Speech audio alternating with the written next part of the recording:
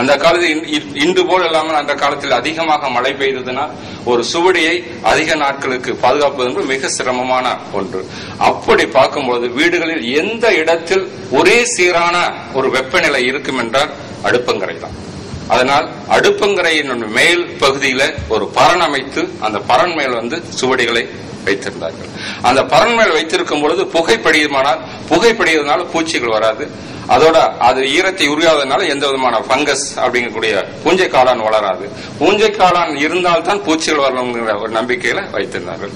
அதற்கு அடுத்த நிலையில ஒரு பலகை கட்டி, தூக்கு என்ற பலகை கட்டி அடுப்பங்கரையில பலகை கட்டி வைத்திருந்தார்கள். இது எல்லாமே ஆரம்ப காலங்களை. அதற்கு பின்னாடி கொஞ்சம் பண்பெட்ட பின்னாடி மர பெட்டிகளில் வைத்து பாதுகாத்தார்கள். வீடுகளில் மரப்பெட்டிகள் வைத்து இதே நிலையில் கோவில்களில் எங்க வைத்து பாதுகாத்தார்கள்?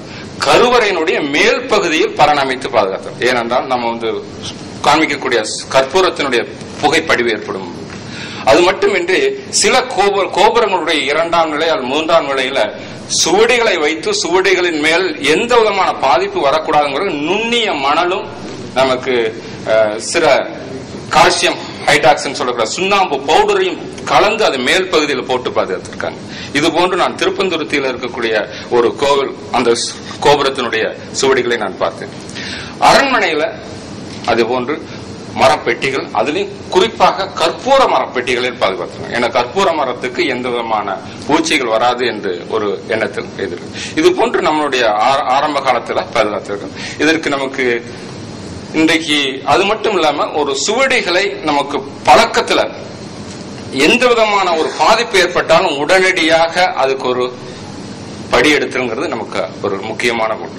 அதனால இன்றைக்கு திருக்குறள் 2000 ஆண்டுகளுக்கு பின்னாடி திருக்குறளும் கிமு 9ஆம் நூற்றாண்டிலிருந்து 3000 ஆண்டுகளுக்கு பின்னாடி தொல்காப்பியம் நமக்கு கிடைப்பது என்றால் படியெடுப்பதனாலதான். இந்த படியெடுத்தல் என்பது சாதாரணமாக ஒருத்தரிடமிருந்து இன்னொருத்தருக்கு பாதி படிக்கணுங்கிறதுக்காக படியெடுத்திருக்காங்க. இன்னொரு வகையில தன்னுடைய சுவடி ஏதாவது ஒரு காரணத்தினால் அழிவு ஏற்பட்டால் உடனடியாக படியெடுத்தலுங்கிறது ஒரு பகுதி. அந்த மாதிரி படியெடுத்த பின்னாடிதான் அந்த சுவடிகளில் இருக்கக்கூடிய பூச்சிகளோ மற்ற எதுவுமே மற்ற எதுக்கு போகக்கூடாதுங்கிறதுக்காக ஆடி 18 ஆற்றில் விடுவதும், தை மாதம் போகியில் மார்கழி மாதம் போகி பண்டிகையில நெருப்பிலிடுவதும் பழக்கம் ஏற்பட்டது. ஆனால் அது நமக்கு மக்கள் ஒரு பழக்கம் என்று சொல்லி ஒரு கண்மூடித்தனமாக எந்த விதமான படி எடுக்காமே சில இதை நம்ம போட்டதுனால பல்வேறு இலக்கியங்கள் நமக்கு காண கிடைக்கவில்லை. மடங்கள் சுவடிகள் பரவுதல் மிக முக்கியமான பங்கு வைத்திருக்கிறது. ஏனென்றால் மடாதிபதிகள் 6 மாதம் சொல்லக்கூடிய 4 மாதங்கள் மழை காலத்திலும் காற்று காலத்திலும் வெளியில போக மாட்டாங்க. அந்த காலத்தில் அவங்க கிட்ட இருக்கிற சுவடிகள் எல்லாத்தையும் சுத்தம் செய்து தன்னுடைய மாணவர்களை வைத்து அதிகமாக படி எடுத்த ஒரு குரு வாசிக்க மற்ற மாணவர்கள் எல்லாம் அதை காப்பி பண்ணி இந்த குரு எங்கெங்கெல்லாம் போறாங்களோ அந்த நேரங்களில் அந்த சுவடிகளை அன்பளிப்பாக கொடுத்திருக்காரு. இது போன்று அந்த காலத்திலே நிறைய கிரந்த தானம் சொல்லிட்டு ஒரு முக்கியமான தானமாக அன்றைக்கு பயணிருக்காங்க. தூக்கு துணியில அதுக்கு பின்னாடி அந்த தூக்கில வச்சிருக்க பின்னாடி துணிகளை சுற்றி வைத்தால் ஓரளவு பாதுகாப்பா இருக்குங்கிறதுக்காக துணிகளை சுற்றி வைத்திருக்கார்கள். அந்த துணிகளை சுற்றி வைக்கிறது கூட முக்கியமாக நமக்கு சிவப்பு துணி, காட்டன் அல்லது மஞ்சள் சிவப்புல இருக்கக்கூடிய பட்டு துணியும் பயன்படுத்திருக்காங்க. இந்த பட்டு துணியும் சிவப்பு காட்டன் துணியும் சுற்றி வைத்தால் பூச்சிகள் வராது அப்படிங்கிற ஒரு சிவப்பு கலருக்கே பூச்சிகள் வராது. அந்த கண்டினியூட்டி தான், தொடர்ச்சி தான் இன்றைக்கு ஒவ்வொரு கோயிலையும் சிவப்பும் வண்ணம் அடிச்சு வெளியில சிவட்டுல வைக்கிறதும், மார்கழி மாதத்துல ஒவ்வொரு வீட்டிலையும் முன்னாடி செம்மண் கோடு போடுறதும், வெளியிலிருந்து மழை பெய்து வெளியிலிருந்து பூச்சிகள் வீட்டுக்குள்ள வரக்கூடாதுங்கிறதுக்காகவும் அதனால சூடிகளே சிவப்பு கலர் போட்டிருப்பாங்க. அதுதான் அதனுடைய தொடர்ச்சி தான் இன்றைக்கு புத்தகத்தினுடைய முதுகுல எல்லாமே சிவப்பு வண்ணம் இருப்பது, எல்லா அக்கவுண்ட் புக் எல்லாமே சிவப்பு. மர அலமாரியில வைத்திருக்கிறதுல முக்கியமாக இந்த இன்றைக்கு வரைக்கும் தொடர்ந்து ஏன் மர அலமாரியை தேர்வு செய்தார்கள்? அது ஒரு பஃபர்னு சொல்லக்கூடிய மழை காலத்தில் நாம் குடிசை வீட்டில் வாழும் பொழுது மழை காலத்தில் வெப்பமாகவும் வெயில் காலத்தில் குளிர்ச்சியாகவும் ஒரே சீதோஷ நிலையை கொண்டு செல்லும் என்பதற்காகத்தான் மர அலமாரி வைத்திருக்கார்கள். அந்த கோவில்களில் தனியாகவே ஒரு அறை ஏற்படுத்தி அங்கு சுவடிகளை பாதுகாத்திருக்காங்க. எல்லாரும் மக்கள் எல்லாம் கூடக்கூடிய இடங்கள், அன்று இருக்கக்கூடிய பூசாரிகளும் நமக்கு வெளிநாடுகளில் பாதிரியார்கள் தான் அன்றைக்கு நூலகர்களாகவே இருந்திருக்கிறார்கள். ஏன்னா அந்த கோவில்களுடைய அறைக்கு பேரு திருக்கைக்கோட்டி என்று அன்றைக்கு வைத்திருக்கிறார்கள். பல முக்கியமாக சமண நியமங்கள் எல்லாமே இது போன்ற திருக்கைக்கோட்டுகள் அதிகமாக இருந்தன. பாதுகாப்புக்காக, சுவடிகளை பாதுகாப்பதற்காக பல்வேறு பொருட்களை பயன்படுத்தியிருக்காங்க. அதுல கோவையிலைங்கிறது நமக்கு ஒரு கசப்புத்தன்மை அதிகமாக கொஞ்சம் இருக்கும். அதுக்கடுத்து ஊமத்த இலை ஒரு பாய்சனைஸ் சொல்லக்கூடியது. நல்லெண்ணெய் சுவடி பாதுகாப்பதற்காக பயன்படுத்துகிறார்கள். இந்த நல்லெண்ணெய் பாதுகாக்கப்பட்டது என்பது இன்றைக்கு வரலாற்றிலேயே மிக பழமையான பொருள் என்று நான் கேட்டிருந்தேன். உலகத்தில் மிக பழமையான ஒரு பொருளாக கொண்டது சீடர் மரத்தினுடைய தைலம், சீடர் மர பலகை. ஆனால் இந்தியாவில் நல்லெண்ணெய் நமக்கு ராஜராஜன் சிதம்பரத்துல சுவடிகளை எடுக்கும் பொழுது அந்த பாடல்களே குறிப்பிடுகிறார். தில தைலமிட்டு பாதுகாக்கப்பட்டன. அந்த திலம்ங்கிறது நமக்கு நல்லெண்ணெயாக இருக்கிறது. இன்றைக்கு அதே சுவடிகளை பாதுகாப்பதற்காக நமக்கு சிட்ரனல் ஆயில் அல்லது லெமன் கிராஸ் ஆயில் சொல்லக்கூடிய அந்த தைலங்களை பயன்படுத்துறோம். வசம்பு நமக்கு இந்தியா முழுவதும் சுவடிகளை பாதுகாப்பதற்கும் நூல்களை பாதுகாப்பதற்காக வசம்பு பயன்படுத்துகிறார்கள்.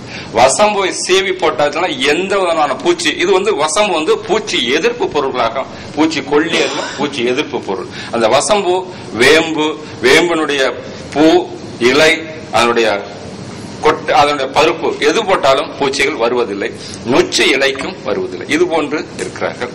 இன்றைக்கு சுவடிகளை பாதுகாக்கணுங்கிறதுக்காக, நவீன முறையில் பாதுகாக்கிறதுக்காக பல்வேறு திட்டங்கள் பண்றாங்க. அதுல நாங்க சாதாரணமாக வெளியிலிருந்து சுவடிகள் கொண்டு வந்தால் அது பூச்சிகள் இருக்கும்பதற்காக இன்றைக்கு நம்ம சில வேதிப்பொருட்கள் பயன்படுத்துறோம். அந்த வேதிப்பொருட்கள் தைமால், பாராடைக்ளோரோபென்சின்ங்கிற வேதிப்பொருட்கள். இதெல்லாம் பூச்சிகளை கொல்வதற்காக செய்து. அந்த காலத்தில் இது பாரம்பரியமாகவே நம்ம செய்ய வேண்டும் என்பதற்காக ஒரு சுவடியோ அல்லது நூலை நீங்க பாதுகாக்க வேண்டும் என்றால் வருடத்திற்கு இருமுறையாவது நீங்க கையாள வேண்டும். மழை காலத்துக்கு முற்பட்டும் மழை காலத்துக்கு பின்னாடி. மழை காலத்திற்கு முற்பட்டு ஏனென்றால் அந்த புத்தகத்திலேயோ சுவடியிலேயோ அதிகமாக தூசு படிவதனால் மழை காலத்தில் ஏற்படக்கூடிய அந்த காற்றிலுடைய ஈரத்தை உறிந்து அதுல பங்கஸ்ங்கிற பூஞ்சக்காளான் உருவாகும். அந்த பூஞ்சக்காளான் உருவான உடனே ஒரு வகையான ஒரு மனம் ஏற்பட்ட உடனே பூச்சிகள் எங்கிருந்தாலும் வரும்ங்கிறதுக்காகத்தான் மழை காலத்துக்கு முன்னாடி நாம் துடைத்து வைக்க வேண்டும். அந்த துடைத்து வைப்பதற்காக ஒரு நாளை உருவாக்கினார்கள். அதுதான் சரஸ்வதி பூஜை. இந்த சரஸ்வதி பூஜை என்ற ஒரு நாள் புத்தகங்களை பூசிப்பதற்காக மட்டுமில்லை, அதை துடைத்து வைப்பதற்காக. அதுபோன்று மழை காலத்துக்கு பின்னாடி மார்கழி, தை மாதங்களில் சுவடிகளை உணர வைத்தல் என்று ஒரு குறிப்பிட்டார்கள். அதாவது காட்டுணர்த்தல், 1 மணி நேரமாவது அது பிரித்து கட்ட வேண்டும் என்று. அப்படி பிரித்து கட்டும் பொழுது அதுல இருக்கக்கூடிய ஈரப்பதம் வெளியேறிட்டால் நமக்கு பூச்சிகள் வராது. இது போன்று அந்த நம்மளுடைய நடைமுறையிலே நமக்கு செய்து பண்றாங்க. இன்றைக்கு சுற்றுரை எடுதல்ங்கிறத பாலிஸ்டர் பிலிம்ங்கிற 2 பக்கம் வச்சு அதுல ஒட்டியாச்சுன்னா அது என்கேப்சுலேஷன் படம் மேலை நாட்டினருடைய முயற்சி நடந்துகிட்டு இருக்கிறது. நுண்படம் எடுத்தல் அப்படிங்கறதும் இன்றைக்கு சுவடிகளை பாதுகாப்பதற்கு, அது படியெடுத்தலை விட கொஞ்சம் அதிகமான ஒரு இது.